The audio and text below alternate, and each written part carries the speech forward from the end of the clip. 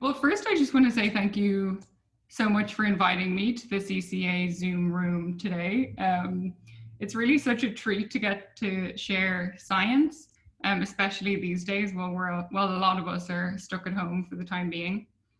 The title of my talk is Let the Great World Spin, revealing the turbulent, stormy atmospheres of giant planet analogues.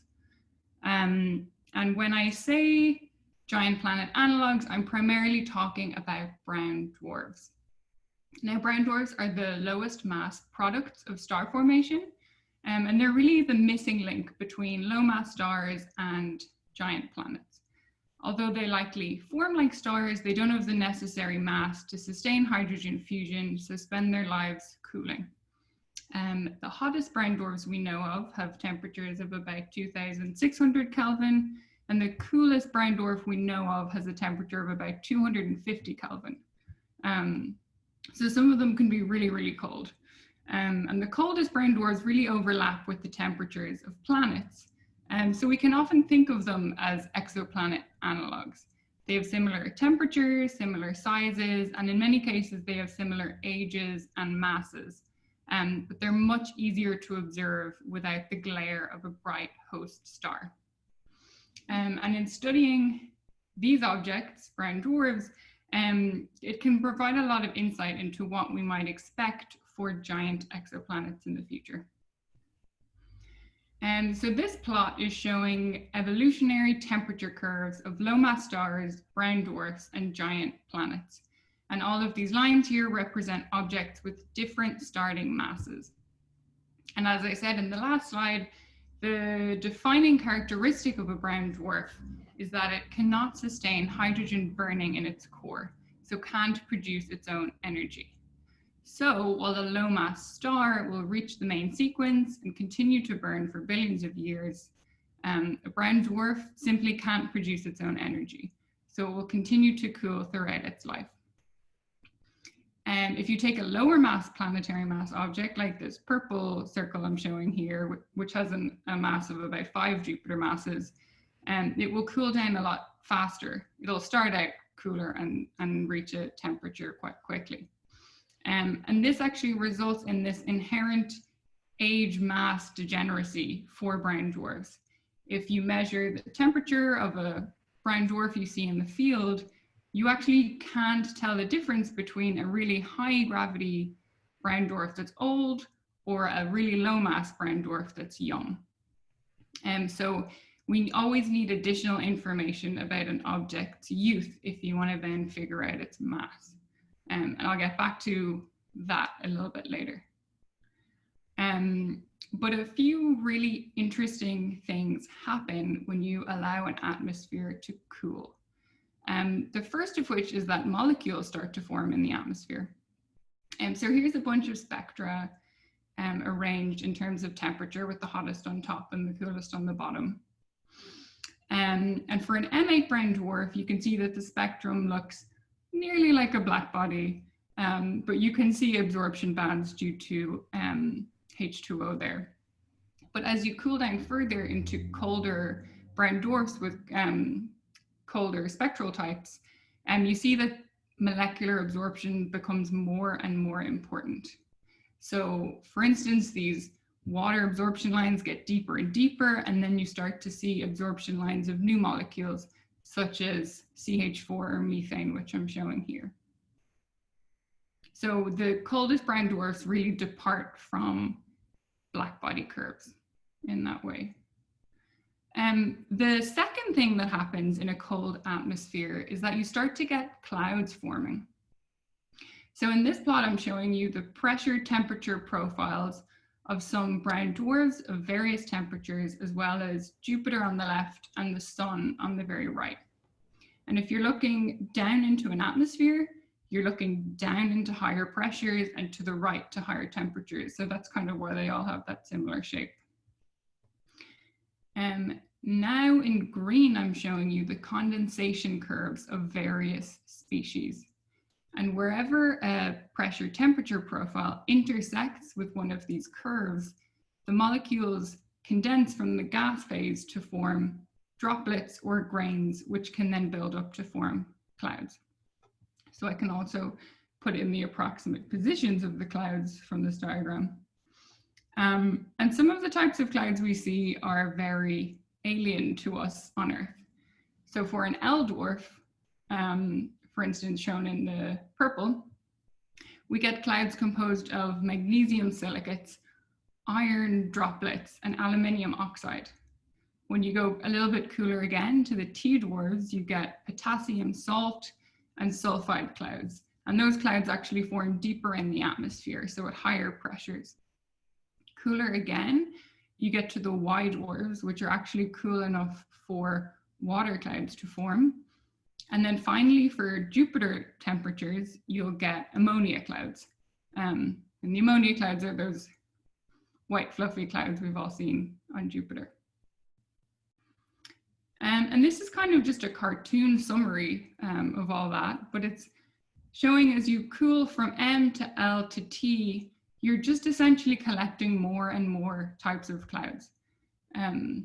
Each cloud species will form when the pressure temperature profile intersects with a condensation curve. But as the atmosphere cools further, that intersection essentially just sinks deeper into the atmosphere. So by the time you get to temperatures like we see on Jupiter, all of these clouds of corundum and iron and potassium sulfide, they're still there. They're just really, really deep in the atmosphere where you can't see them with the ammonia on top.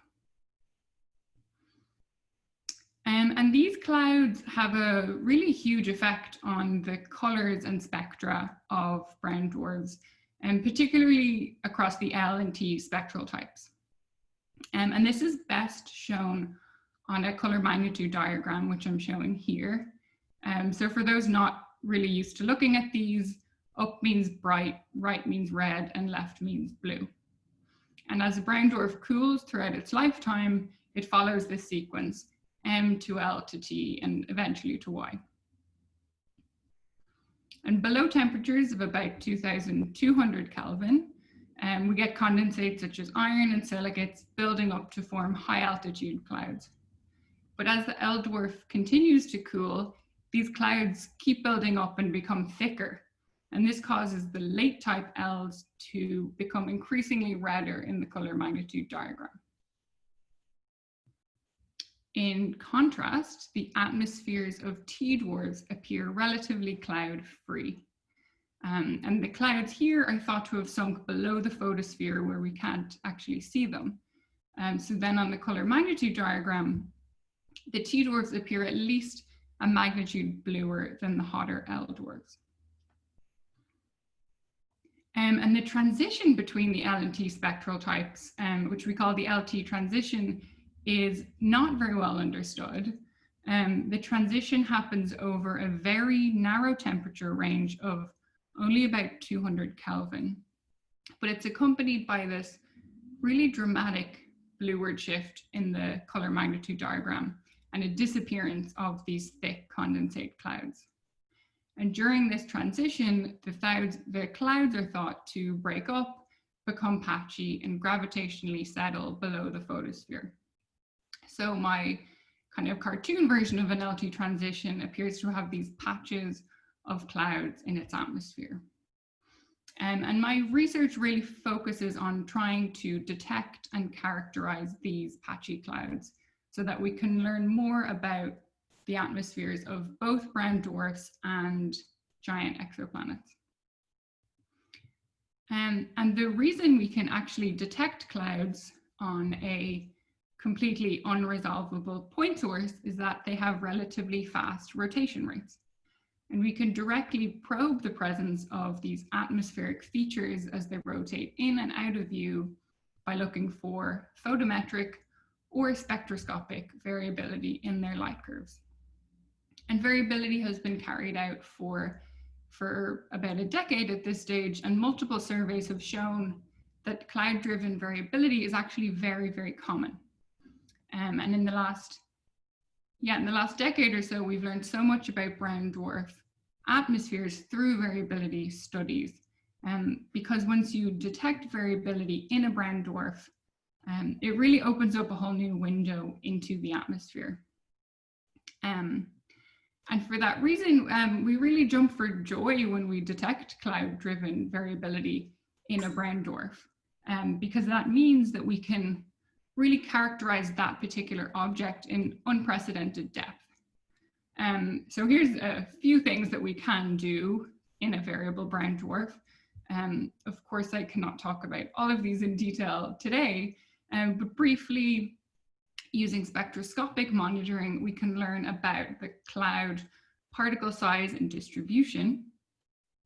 And we can also gain insight into the effect of surface gravity and youth on the atmosphere. We can even sometimes detect multiple cloud decks in the atmosphere. And we can measure viewing angles. We can sometimes construct spatial maps of the cloud features. We can also measure their rotation rates and their winds. But today I'm going to touch on the surface gravity, the viewing angle, and brown dwarf winds. So first up, I'm going to talk about how we can use variability monitoring to understand the lowest gravity atmospheres. And as I mentioned earlier, if you want to look for the lowest mass objects, the key is to look for things that are young. So I often kind of use low gravity, low mass, and youth interchangeably. And we have two tools to identify objects that are young. Brown dwarfs. So yeah, the first off, which I'm showing on the left, is that you can look for signatures of low gravity in their spectra. So for example, here in the H band, which is in the middle panel, you can see that the shape is very different for low gravity and field objects.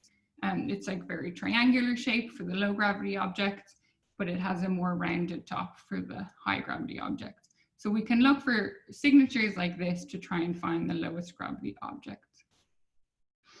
On the right, I'm alluding to identifying members of young moving groups. And these young moving groups are made up of both stars and brown dwarfs that formed as part of the same molecular cloud and then dispersed.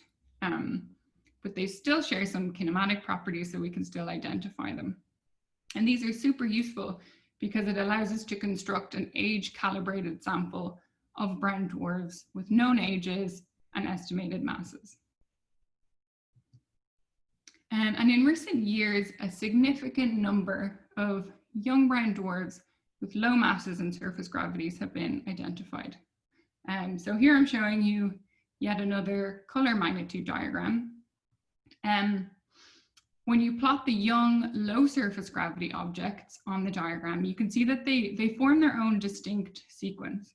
So for a given spectral type, they're consistently redder and less luminous than the field brown dwarfs. So this low gravity L sequence is shifted to the right and extends down to fainter magnitudes. And to explain these kind of different colors and spectra of low gravity objects, models generally invoke disequilibrium chemistry and thicker clouds that extend to lower pressures or higher altitudes.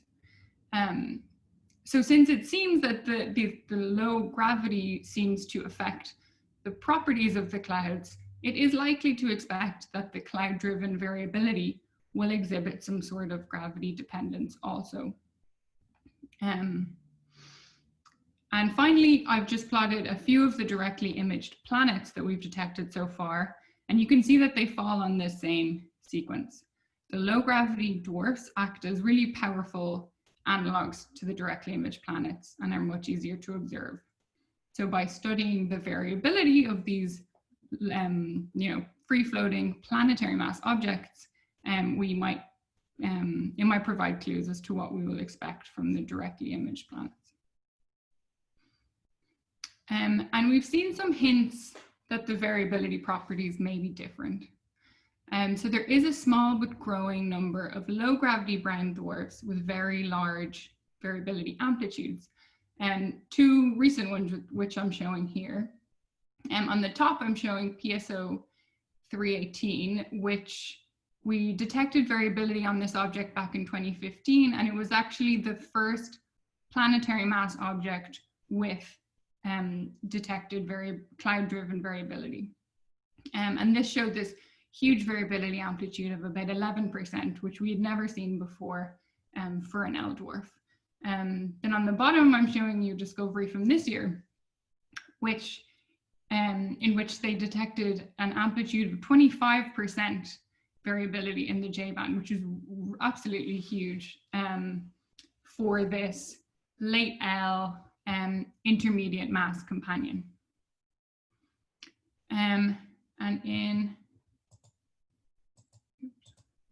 here we go. In 2019, I carried out a variability survey.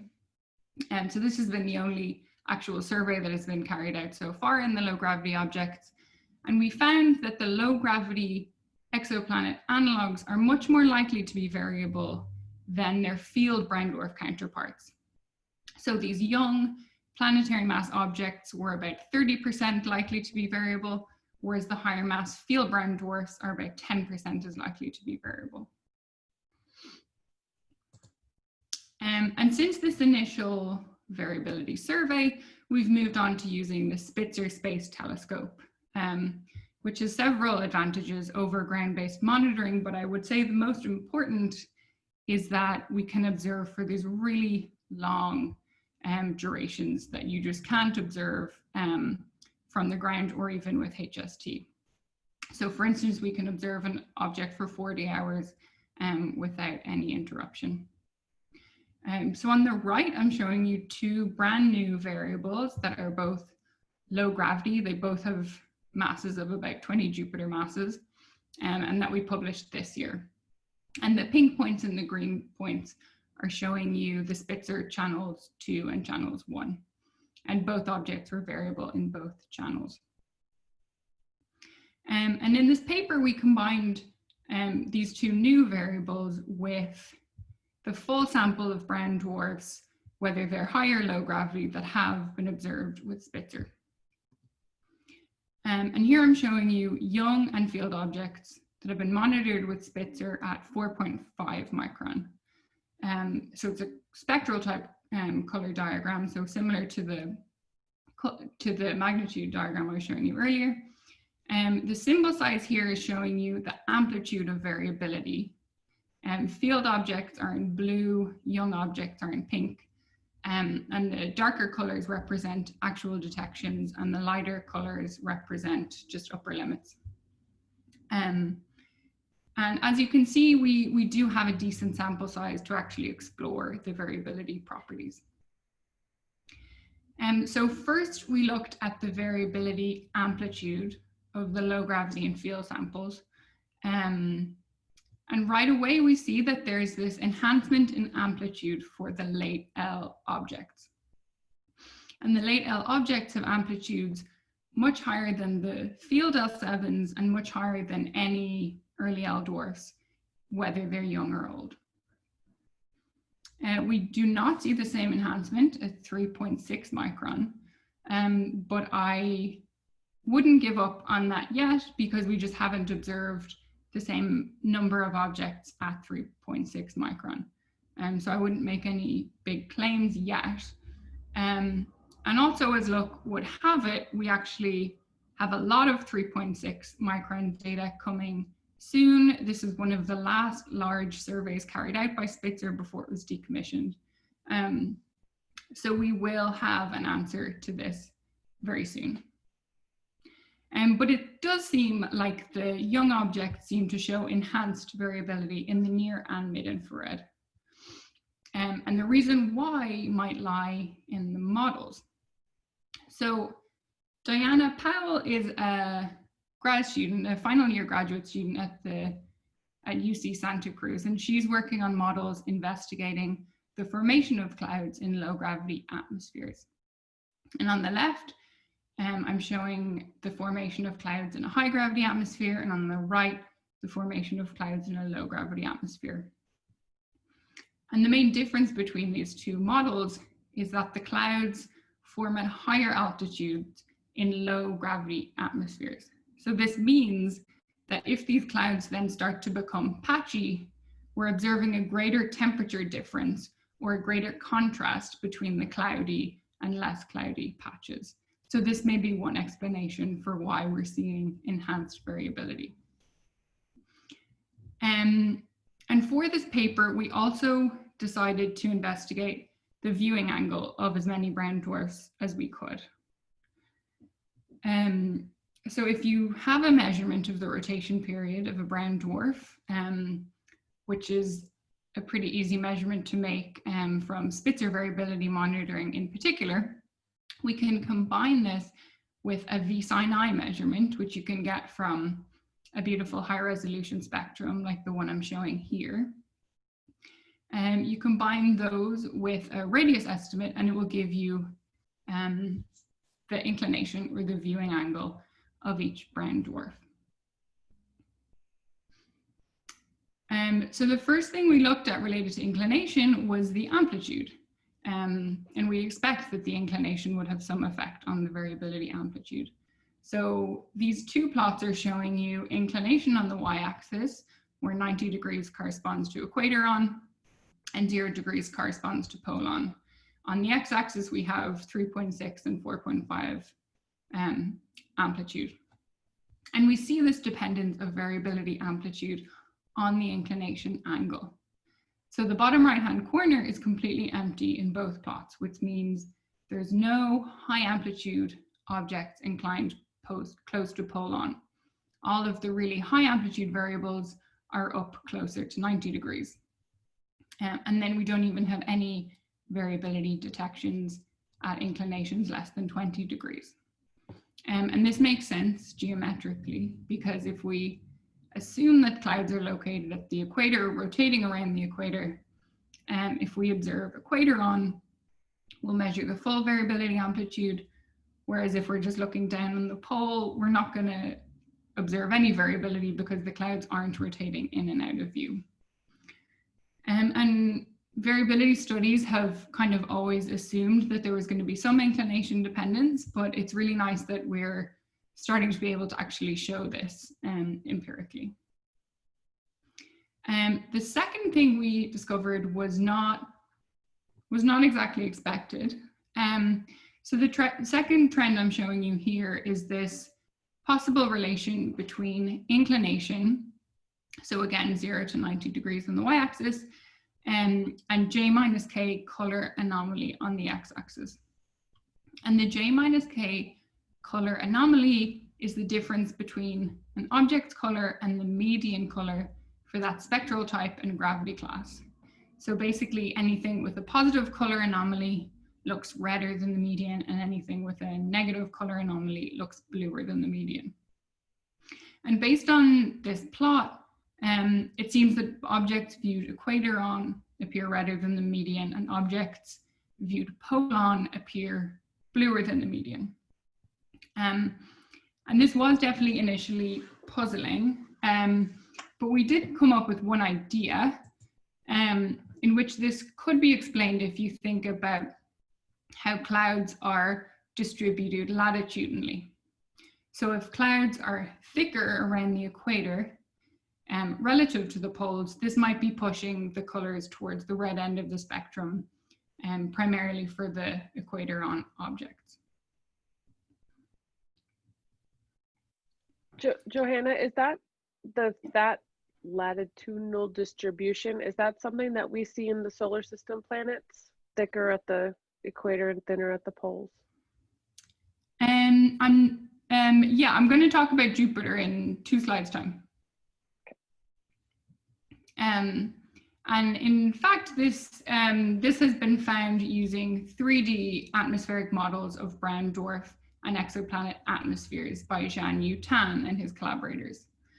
So here I'm showing you the cloud profile from their simulations, which shows you the local cloud thickness at each latitude from -90 to +90, for 4 different rotation rates from 20 hours to 2.5. And this simulation shows that the local cloud thickness is generally thicker at low latitudes and smaller at high latitudes. And this is particularly the case for the fastest rotators. And this is generally due to the Coriolis force. And as Kelly alluded to, if we look at Jupiter, which I like to call our closest brown dwarf, the Juno mission recently revealed Jupiter's poles for the first time, showing that they are very different to the equatorial bands we observe at the equator. I'm not 100% sure about the thickness at the poles in the equator and whether they've actually made that measurement, but they're certainly very different. And the lovely blue poles of Jupiter were not totally expected.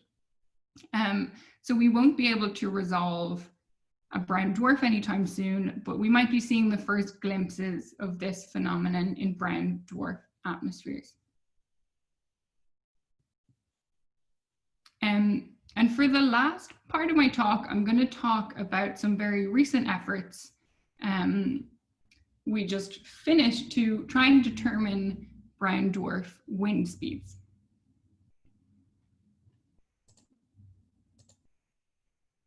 Okay, so looking at the gas giants for inspiration, for both Jupiter and Saturn, measuring wind speed isn't particularly taxing because we can pretty easily resolve Jupiter's atmosphere.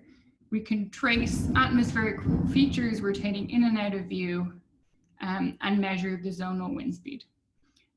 So here I'm showing you the zonal wind profile of both Jupiter and Saturn. So how fast is the wind speed at different latitudes? And if we focus on the equatorial area, you'll see that the equatorial band is rotating with a positive velocity with a mean speed of about 100 meters per second for Jupiter and 400 meters per second for Saturn. Now this is not something we can do for brown dwarfs anytime soon, because as I mentioned earlier, we're not resolving them. But there's actually a second way to make this measurement. And that's by focusing on the rotation periods of Jupiter. So there's two ways of measuring the rotation period of Jupiter. The first method is what I've been talking about for the last 30 minutes or so, and that's to trace atmospheric features as they rotate in and out of view. So if you do that for Jupiter, focusing on kind of equatorial features from +10 to -10 degrees, you'll measure a rotation period of about 9 hours, 50 minutes, and 30 seconds. But Jupiter also emits aurora. I'm showing you the UV aurora here, but these aurora are also emitted through beams in the radio, which can be modulated by its rotation. And since Jupiter's dynamo lies, I think, at least 7,000 kilometers below its surface, when you're probing this radio period, which is powered by the magnetic dynamo, you're actually probing the kind of nearly rigid body rotation of the interior of the planet. So if you measure the period using these radio pulses, you'll measure a period of about 9 hours and 55 minutes and 30 seconds. So Jupiter's interior is actually rotating 5 minutes slower than its atmosphere.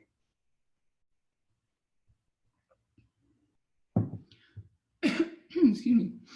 And then you can change that 5-minute difference into a velocity difference, and you'll end up with a wind speed of about 100 meters per second, which matches what we found earlier. So I think you'll probably believe me that brown dwarfs exhibit cloud-driven variability, but what about aurora?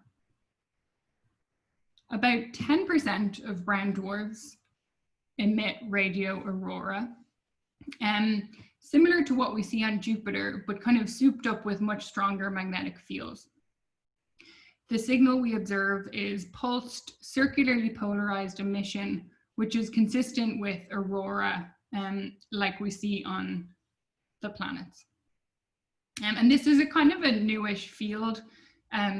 It's super interesting, so I've just put a bunch of papers here if anyone wants to delve in.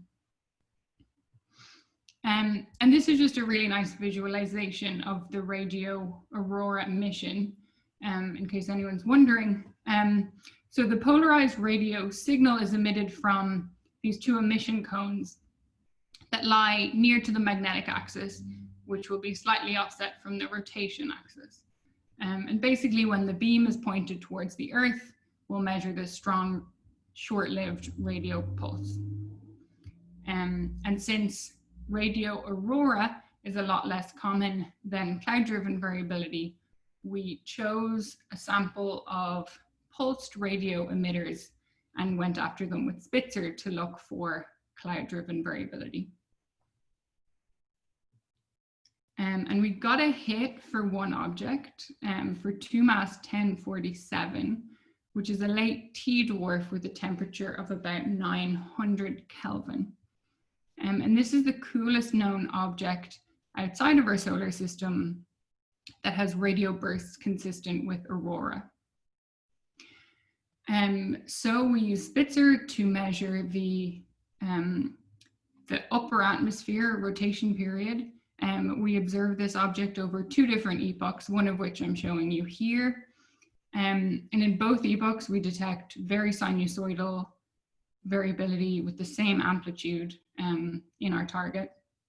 And then we use 2 methods to measure the rotation period, one being a periodogram and bootstrap method, and also an MCMC sinusoidal fit to the data, which I'm showing you here.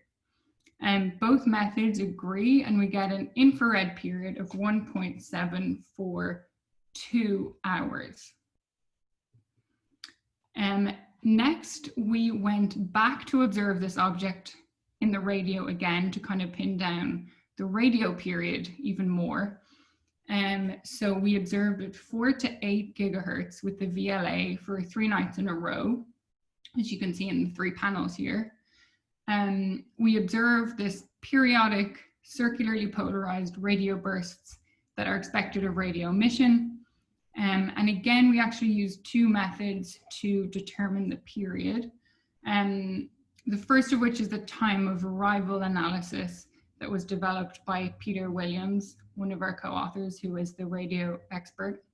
And we also used the same periodogram bootstrap method we used before. And both methods agree, and we get this kind of period range for the radio. Okay, so we measured 2 different rotation periods, but the question is, are they different enough to claim a wind speed? So we put it through the equation, and yes, we measure a positive wind speed of just under 650 meters per second, and with a pretty hefty uncertainty of 300 meters per second. But overall, we detect this positive wind speed at over 98% confidence. And this is the first atmospheric wind speed measurement for any cool substellar object outside of our solar system. And just like Jupiter and Saturn, the atmospheric period is shorter than the interior period, indicating a super rotating atmosphere. The wind speed is higher than both Jupiter and Saturn, which agrees with theory, which would predict that larger atmospheric heat flux would drive stronger winds. And then just finally, I'd like to kind of briefly reflect on what all of this work means for the future moving forward. And when I think of the future, I really think about JWST observing directly imaged planets, such as the HR 8799 system, which I'm showing here, which is an amazing system of 4 directly imaged planets. And we've been observing these planets for over a decade. So if you put all of the images together, we can actually watch them rotate around their host star, which is really, really amazing. And all 4 planets have late L spectral types. So everything that we've done for the low gravity object brown dwarfs at L spectral types is really informing what we think we're going to do for these. So we've done so much work on brown dwarf variability over many years, and this means that we're really ready to move on to detecting variability in the directly imaged exoplanets. We've all the tools ready to go and have learned some very valuable lessons from the free-floating planetary mass objects. The first lesson is that the directly imaged exoplanets are very likely to show cloud-driven variability. In the near-infrared, we have evidence of a higher variability occurrence rate, and we specifically see very high amplitudes at spectral types of around L7. So that's exactly where these HR 8759 planets lie. Lesson 2, however, is that the viewing angle really matters. So while I think it's very likely that these planets host the sort of atmospheres that would show you variability, they're also probably inclined pole on based on their orbit. So we may be unable to detect any variability. And for this reason, we may actually be better off targeting an exoplanet that is likely inclined equator on, like Beta Pic B, which I'm showing here. Lesson 3 is possibly more my personal feelings than an objective fact, but I really think it will be worth it.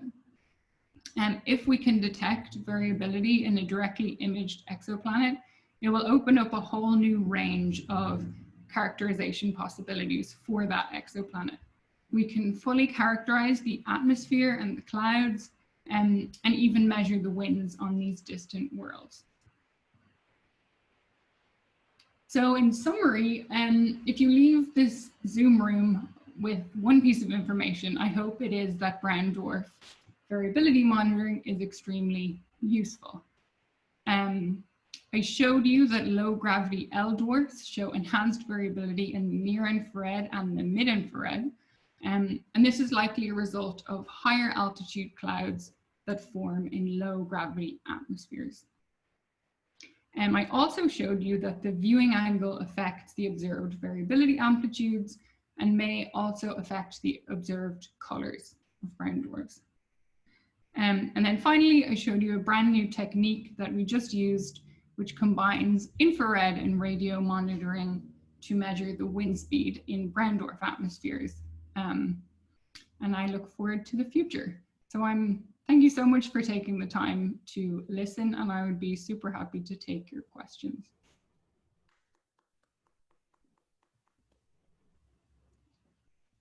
Thank you so much, Johanna. That was awesome.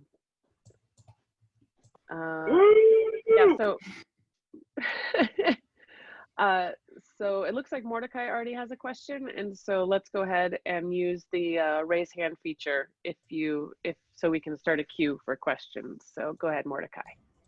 So I was just trying to understand how brown dwarfs have aurorae, because my understanding of planetary aurorae is there's a solar wind that flies along and runs into the planetary's magnetosphere and then runs down and hits the atmosphere. But the brown dwarfs must be generating their own aurorae.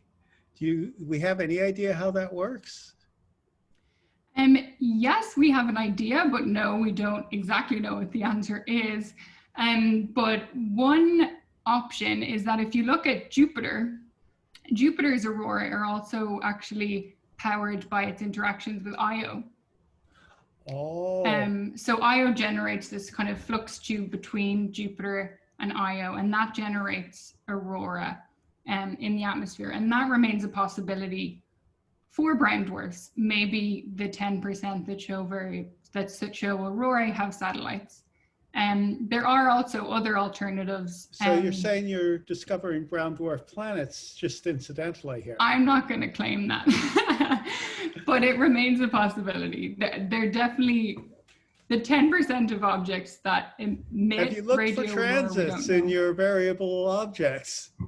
Yes, we have. We have not found a transit yet for a brown dwarf, but we lie in hope. So Jupiter has a persistent aurora as well as the hotspots from Io and Europa and things like that. And these auroral stars also have a persistent radio emission. It's probably from something known as co-rotation breakdown, Yeah. which is this shearing current that, right, where that's the generated. field is spinning around too fast to keep up. Yeah. Kind of like a pulsar.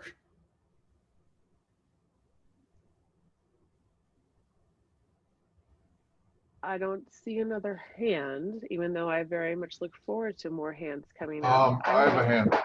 So, Go ahead, Denton. question, Johanna. That's really interesting work. I've caught up to speed on this. Are the condensation calculations you're using? Those are pretty much the Lotus and Fegley 2004 curves. Has there been any new work since then? I would have to look up what the state of the art curves are. I'm sure they've been, I'm not sure actually. All right, I'll Yeah, think I about can look it up and let you know. Tom? Hey, Johanna, great talk. I have a question that you might have been able to predict just based on my own interests, but besides this cloud thing that you point out, are there other variability mechanisms that you see commonly in brown dwarfs?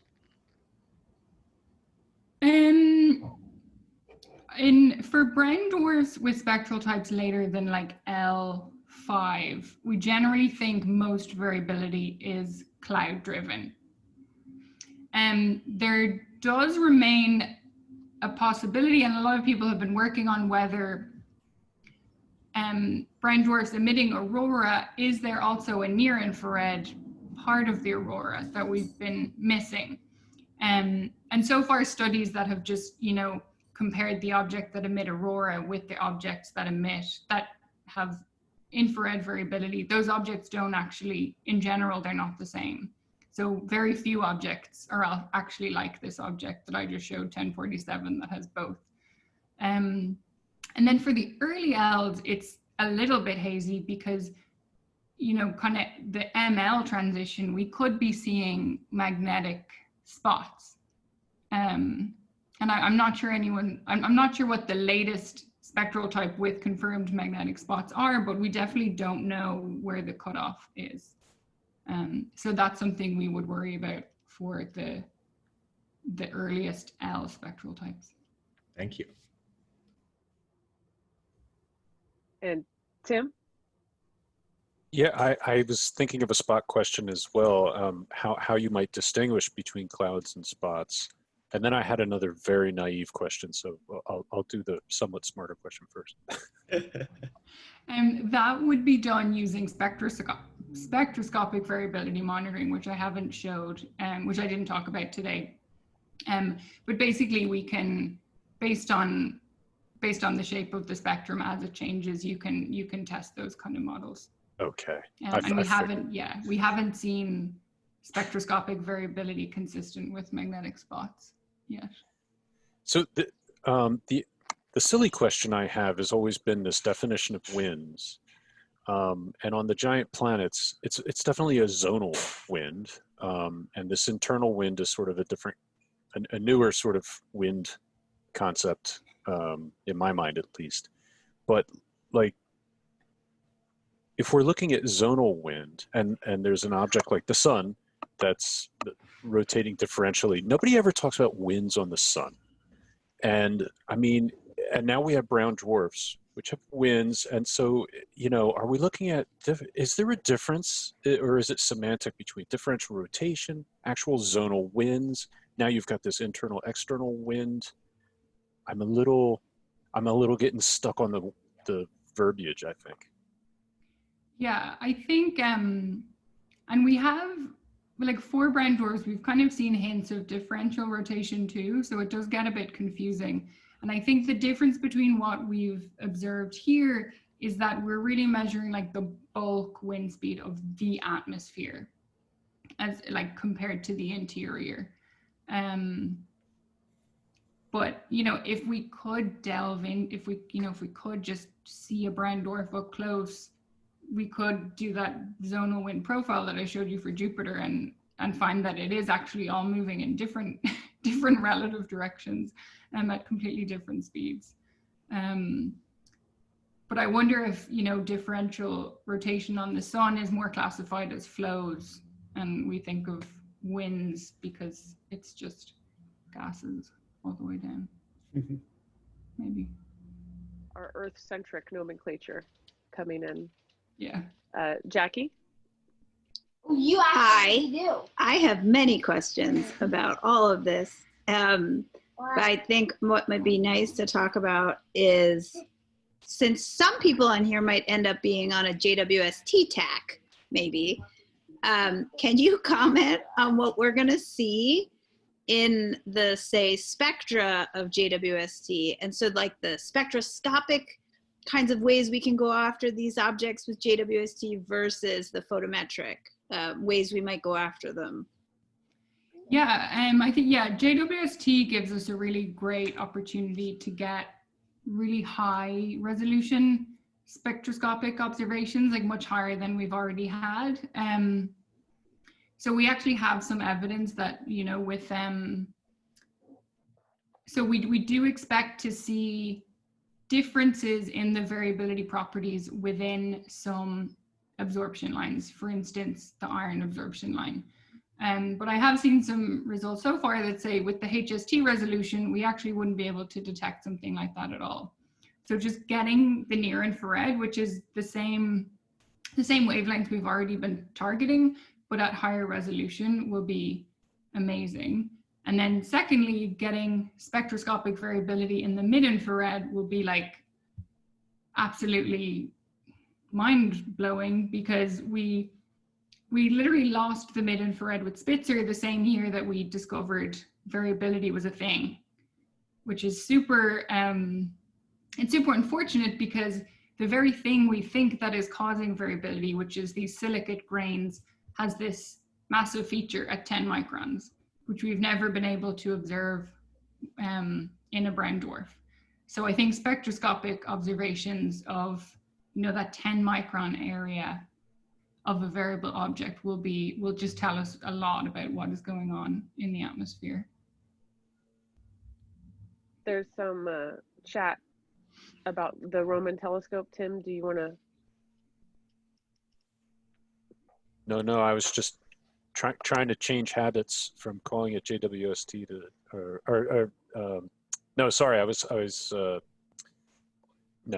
I had nothing to add. No. Right. Roman is the W first, right? Used to be called W first. Yeah. That might be a good segue, though, to if you want to say anything about the Rubin Observatory and what it'll do for variability studies. Not a question you asked him, but one Johanna could answer.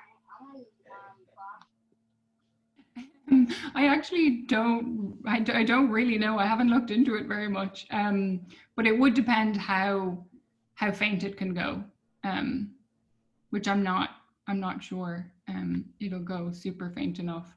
But it might give us the opportunity to probe long-term variability, which is a massive unknown for brown dwarfs right now. Ruth? Hello. My question is somewhat related to Tim's, but do you have a sense of, like, do you see quasi-variability in the brown dwarfs? Do you think that you see some cloud patterns changing or anything, or like do you see like distinct cloud lifetimes? Yeah, so that is a very that's a great question. We do see a lot of like variables, we call them. So they're always variable when you look at them, but the light curve changes like completely. You know, between one rotation and the other, it can really change a lot. It's normally explained by the clouds evolving themselves, but recently it's also been put forward by Daniel Lapai and his team that the variability is being caused by like zonal cloud bands that are moving differentially to each other. So they're nearly like beating to cause this variable light curve. But because we honestly have so few objects that we've observed, you know, more than 10 or 20 rotation periods. It's really, really hard to say exactly. But yeah, that's something I'm really interested in. Right. So maybe like eventually, if you had enough data, you could see how variability varies on that CMD or something, and try and make some inference about what's causing it. Thank you. I have a question about the super awesome wind result, which is that, you know, the data set that you have for that result is really impressive. And I'm surprised, like I wouldn't have predicted that you would have that type of measurement from such a cool in temperature, low temperature object first. And so can you comment at all about why you think the wind measurement, you were able, that it was made first with a late T as opposed to a late or an early L? Yeah, that's a good question. I think so to measure the wind speed, you know, we needed a radio emitter. So we had like a list of radio emitters, pulsed radio emitters. And in order to measure the best rotation period, honestly, the fastest rotation period is best. And the T dwarfs are rotating rotating faster than your average L dwarf. So from the radio side, it's easier to measure a rotation period of a T dwarf just because you get more rotation periods per night. And then, yeah, I mean, we did observe originally 2 or 3 candidates, and only one of them appeared to be variable. So that's where the drawback is, because it was fairly faint. Right. So it's hard to detect I think variability. it's an understatement. Yeah. And Stacia was asking how fast they rotate, and I think we're talking about hours or under an hour. What is, yeah. Yeah, so this object was 1.7 hours, which is very quick. Cool. Stacia, go ahead. I just wanted to kind of a comment. I hate people who comment, but just for the talking about the clouds and how they maybe thin out at the poles. I don't know for Jupiter really, but for Neptune, they really do thin out at the poles extremely dramatically. Neptune rotates much more slowly, so it's probably got different zonal wind patterns, but it does seem to, you know, it is something that I could imagine happening for sure. So that is really, really interesting to me. It's like big holes at the poles, like down to maybe 60 degrees or so. So it's pretty dramatic. What's the rotation period of Neptune? Neptune is 16 hours, I think. Okay. So it's much slower than a couple hours. And I think that Jupiter is supposed to have, you know, because it's faster, that kind of breaks it up into those bands. So I would kind of expect a really fast rotator to break up into even more bands. I wonder if we have data for Venus, which is the slowest rotator of them all. But it also has the thickest clouds, like the most, like I feel like it's almost easier to measure the thickness change if it goes from thick to what Stacia was saying, like thick to holes. But if you go from super thick to just less thick, it might be a harder measurement to make. I'm just guessing. And very windy in the high atmosphere, right? Because people originally thought it spun, you know, like with a day period roughly, like the Earth, and it turned out to be completely wrong. So just based on the atmosphere is going around a lot faster, the upper atmosphere. So it's bizarre. I'd be nervous about using Venus to try to think about this though, because Venus has a surface, and surfaces interact with atmospheres a lot. But there's no wind speed. I mean, you did the wind speed measurements of Jupiter and Saturn and the brown dwarf. You didn't show the others though, right? No, I just showed Jupiter and Saturn. Do we have them for the other objects? I think we do. I just think, I mean we didn't really think about, you know, the rocky planets. What about Uranus and Neptune though? Stacia might be able to comment on the Uranus and Neptune. Oh, She Stacia had to just go. said goodbye. Yeah. Yeah, and some people are starting to drop off. And so Johanna, I want to thank you so much for such a great talk.